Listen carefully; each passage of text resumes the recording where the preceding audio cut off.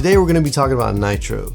No, not the American Gladiator if you're old enough to remember that. We're talking about nitrocellulose or lacquer for guitar finish. More specifically, we're going to be talking about this guitar and how I finished the neck in nitro.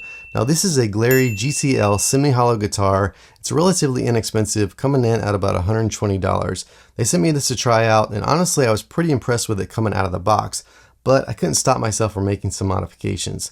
Now I did a full review of this guitar and you can check that out by clicking on the link in the upper part of the video. I'm also doing a playlist of all the modifications I made to this guitar, which is what this video is going to be a part of. Be sure to check out all those videos, the first one being an overview of the modifications, the second one being the Bigsby installation, the third one being scalloping or notching the ashtray to work with the Bigsby, and the fourth one being the tuners, and of course this one being the nitrocellulose finish on the neck. Now I did a video a while back about how to finish a guitar neck in nitrocellulose, but it was more of a step-by-step guide and me talking through the process. In this video, I'm actually going to show you some of those steps and go into a little bit more detail. So you might be asking, why nitrocellulose? What's the big deal?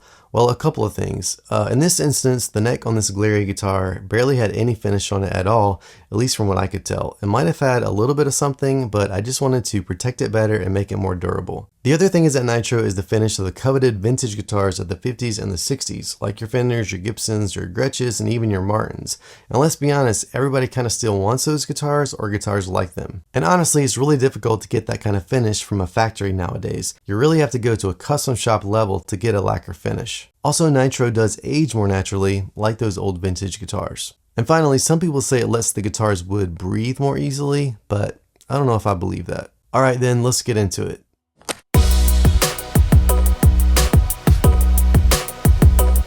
Before I did much of anything, I made a note of where the string trees were. It makes sense that these have different spacers under them as the strings they hold down are at different heights. Anyway, I wanted to just make a note to myself that these weren't interchangeable. The next step was to take the Glarry logo off using 220 grit sandpaper. I was pretty sure that this was just stamped or painted on, and I was right. However, it wasn't a poor quality job. I had to work at it to get it to come off. So if you have one of these guitars, you can expect the logo to last a long time under normal use. Now I could have left the original logo on, but like I said earlier, it seemed that the neck had a thin coating of something on it, and I wanted to make sure that I got that off before applying any finish. Also, since I was putting this amount of effort into modding the guitar and it was going to be a much different version than what it started out as, I decided to put my own custom logo on it. That will be in my next video.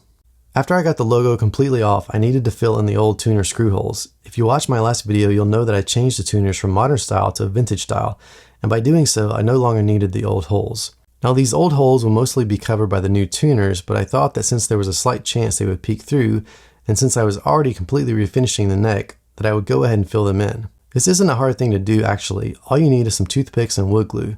You need to use a generous amount of glue to make sure all the gaps are filled, and be sure to leave the toothpick or dowel proud of the top of the hole. In other words, the toothpick and the glue should stick out above the hole so that you have material to sand down. Now I did wipe off most of the excess, but if you do this and you find there are still unfilled gaps, just add a bit more glue and wait for it to dry. Once this was done, I let the glue dry at least 24 hours and then started sanding. I can't recall exactly what grit I used here, but you want a fairly aggressive one since you're trying to remove a lot of material quickly. Of course, this isn't rocket science. You simply want to make sure the high spots are lowered until they are level with the rest of the surrounding wood.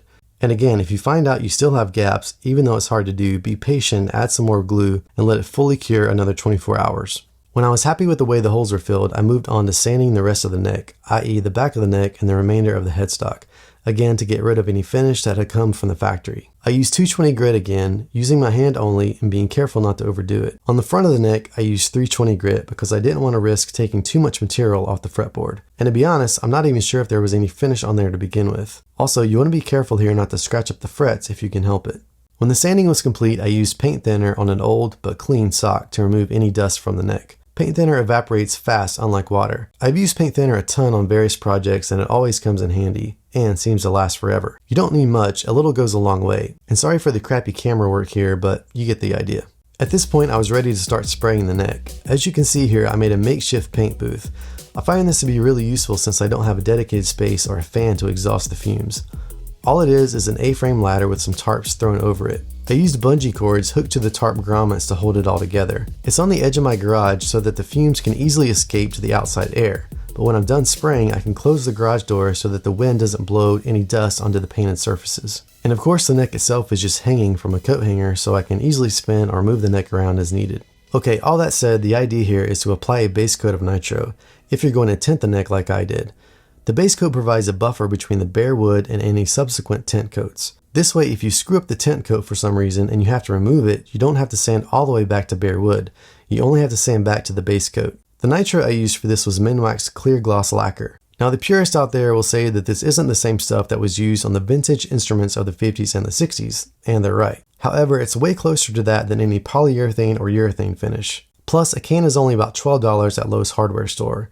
You can also use Deft brand, which is available at Home Depot. All this, of course, is in the US. Now you want to lay down about 2 coats of clear for a base. This means more or less to fully coat or wet all the sides of the neck twice. This is probably a good time to mention the frequency of spraying, and this is important. You want to apply 2 to 3 coats per day and spread them out about 1 to 2 hours apart. If you don't do this, you run the risk of the finish never fully hardening and being too soft, which is a bad thing. Also, you'll notice that I'm spraying right onto the frets. We'll discuss how to remove the nitro from the frets later in the video. Once you've applied the base coat, you can start applying a tint coat if you're ready. Now you don't have to apply a tint coat, of course, if you don't want to. If you choose to go this route, you would basically follow the same method I'm describing here, just skip the tint coat part. You can probably tell from the footage I'm showing that even a clear coat will darken the neck a little bit and make it healthier looking. If you do decide to go for a tint coat, you're going to need more of a specialty product, which means it's going to be a little bit more expensive. There are a lot of options out there. I use Stumac, but there's also Re-Ranch, Oxfords, Dartfords, Gracie's, and even Northwest Guitars in the UK. I actually have 2 different types of tint coat from Stumac.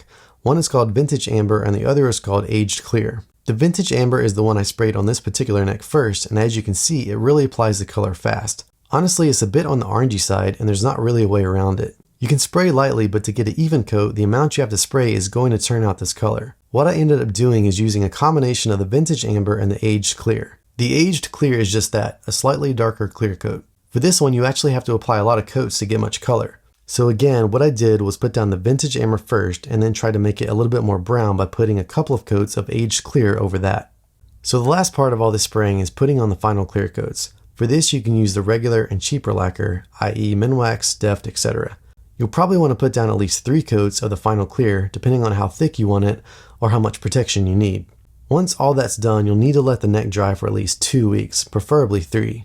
After the neck is dried for a couple of weeks, you can start removing the nitro from the frets.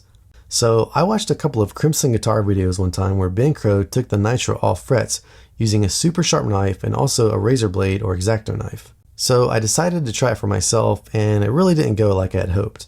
The closest thing I had to what Ben used was the typical single-edged razor blades from the hardware store.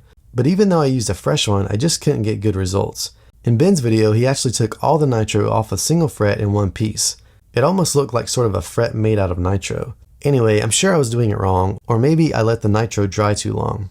In the end, I just did it the way I'd done it in the past using steel wool. It takes a bit of elbow grease, but the good thing here is that there's virtually no harm you can do to the frets or the fretboard as long as you tape it or use a fret guard. The wool even polishes the frets as you go.